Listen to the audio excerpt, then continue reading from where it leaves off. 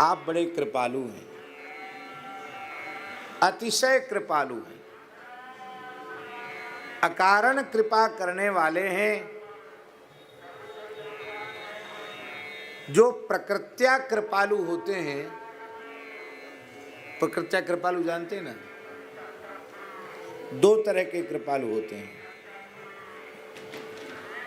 एक तो किसी भी आर्त दुखी प्राणी की पीड़ा को वो देखते हैं और वो चिल्ला रहा है कि मुझे बचाओ मुझे बचाओ, तो सब छोड़कर उसको बचाने के लिए वो दौड़ पड़ते हैं, वे कृपालु हैं। और प्रकृत्या कृपालु उनको कहते हैं कि जिस प्राणी के ऊपर कष्ट है, विपत्ति है, संकट आया है, वो हमारा घोर अपराधी है, एक जन्म का नहीं असंख्य जन्मों का अपराधी है, किंतु उसको रोते बिलखते बिलबिलाते देखा तो उसके सब अपराध भुलाकर उसको उठा करके हृदय से लगा लिया। यह है प्रकृत्या कृपालु। कृपालुता आपकी प्रकृति में है। हम सब जीव अनंत जन्मों के अपराधी हैं। बार बार प्रतिज्ञा करके हम लोगों ने झूठ बोला है भगवान से, अब जन जाए भजो चक्रपाणी, बार बार कहा है अब जन्म लेकर भगवान का भजन करेंगे, पर प्रतिज्ञा भंग की है। भगवान की कृपा को अनंतों बार असंख्यों बार ठुकराया है। हमारे जैसा नीच कृतघ्न पापी कौन हो सकता है, लेकिन हमारे जैसे जीवों को भी देख करके थोड़ा सा कोई रो ले, बिलबिला ले, हे प्रभु मैं आपकी शरण में हूँ, मेरे ऊपर कृपा करो, तो इतने मात्र से उसके सारे दोषों को भुलाकर अपनी चंदन चर्चित आजानुलंबित भुजाओं में भरकर उसे हृदय से लगा लेते हैं और सबसे अभय कर देते हैं। यह है प्रकृत्या कृपालु, प्रकृति से कृपालु है और कृपा के समुद्र हैं। और कैसे हैं? शीलवान है। विनय पत्रिका का तो 100वां पद शील गुण पर ही है।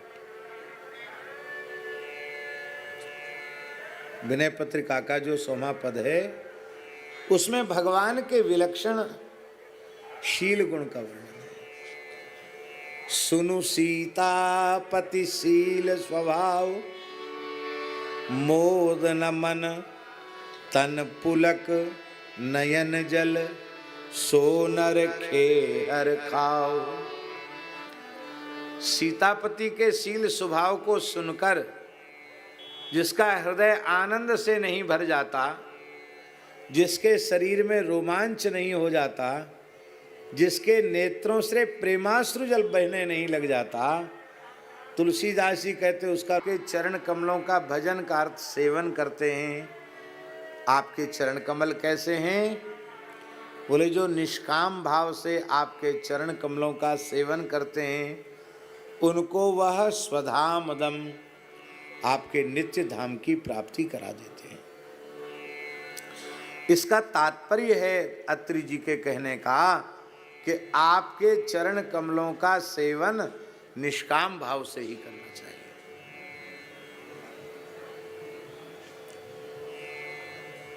ऐसी कामना है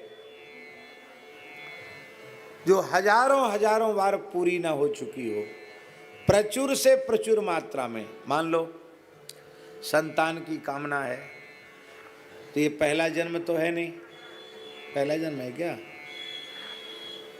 इसके पहले कितने जन्म हो चुके हैं, असंख्य अनंत जन्म हो चुके हैं, उसकी सूची किसी के पास उपलब्ध। यदि हम मुक्त हो गए होते तो यह हमारा जन्म ही नहीं होता। हमारा जन्म हुआ है, इसका मतलब है कि हम अब तक कृतार्थ नहीं हो पाए। कृतार्थ हो गए होते तो हमारा वर्तमान जन्म नहीं होता। यह जन्म प्रमाणित कर रहा है, ऐसे ही जन्म समूह सिराने, ये प्रमाणित कर रहा है। तो जब पहला जन्म नहीं है, इसके पहले असंख्यों जन्म हो चुके हैं, पता नहीं कितनी बार 84 लाख योनियों में चक्कर लगाए होंगे, संतान नहीं भई होगी क्या? सूर्या एक बार में 12 बच्चे दे देती है, कुतिया एक बार में 4 6 पिल्ले दे देती है, बिल्ली एक बार में 4 बच्चे दे देती है। तो घोड़ा, कुत्ता, गधा, बिल्ली, बिल्ला, जो कुछ भी बने, कितनी संतानें भई, पेट भरा? नहीं भरा। तो भगवान की भक्ति करके संतान मांगना कितनी मूर्खता है। बोले हम बहुत गरीब हैं, धन मिल जाए, हो सकता कभी चक्रवर्ती सम्राट बने हो सकता कभी किसी कल्प में भगवान ने हमको ही कुबेर बना दिया हो, पेट तो भरा नहीं। तो धन मांगने से क्या होगा?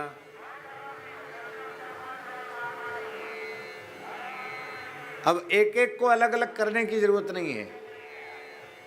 कौन सी ऐसी वस्तु है जो लाखों करोड़ों बार हमको न मिली हो? पेट भरा? तृप्ति हुई? नहीं हुई।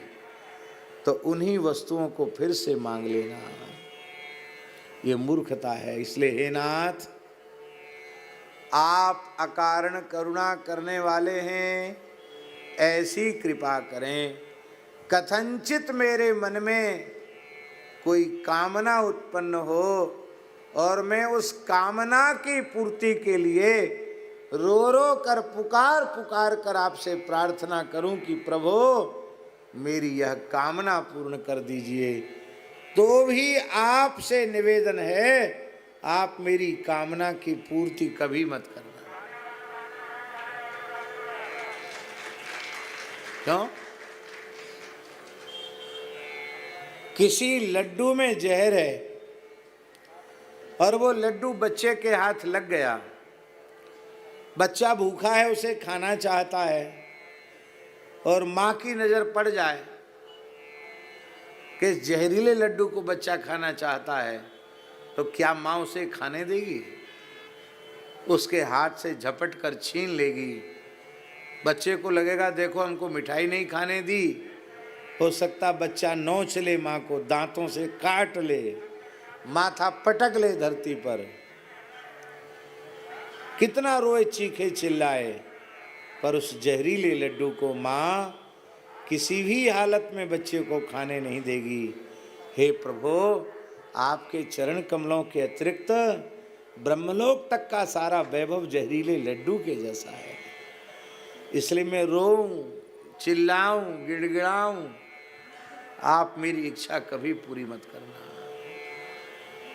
आप मेरी कामनाओं का नाश कर देना। अकामिनां स्वधामदम। इसका आशय समझे? इसका आशय है कि भजन भी कई जन्मों में बना है, पर इस कामना ने ही हमको भोगों में भटका रखा है, अटका रखा है। इसलिए हे नाथ, आप हमें कामना रहित बना दीजिए। जो कामना रहित होकर मैं आपके चरण कमलों की भक्ति करूं, तो इस संस्कृति के चक्र से छूटकर आपके नित्य धाम की प्राप्ति का अधिकारी हो। श्री सीताराम प्रतिदिन सत्संग एवं दर्शन के लिए श्री महाराज जी के ऑफिशियल चैनल को जरूर सब्सक्राइब करें।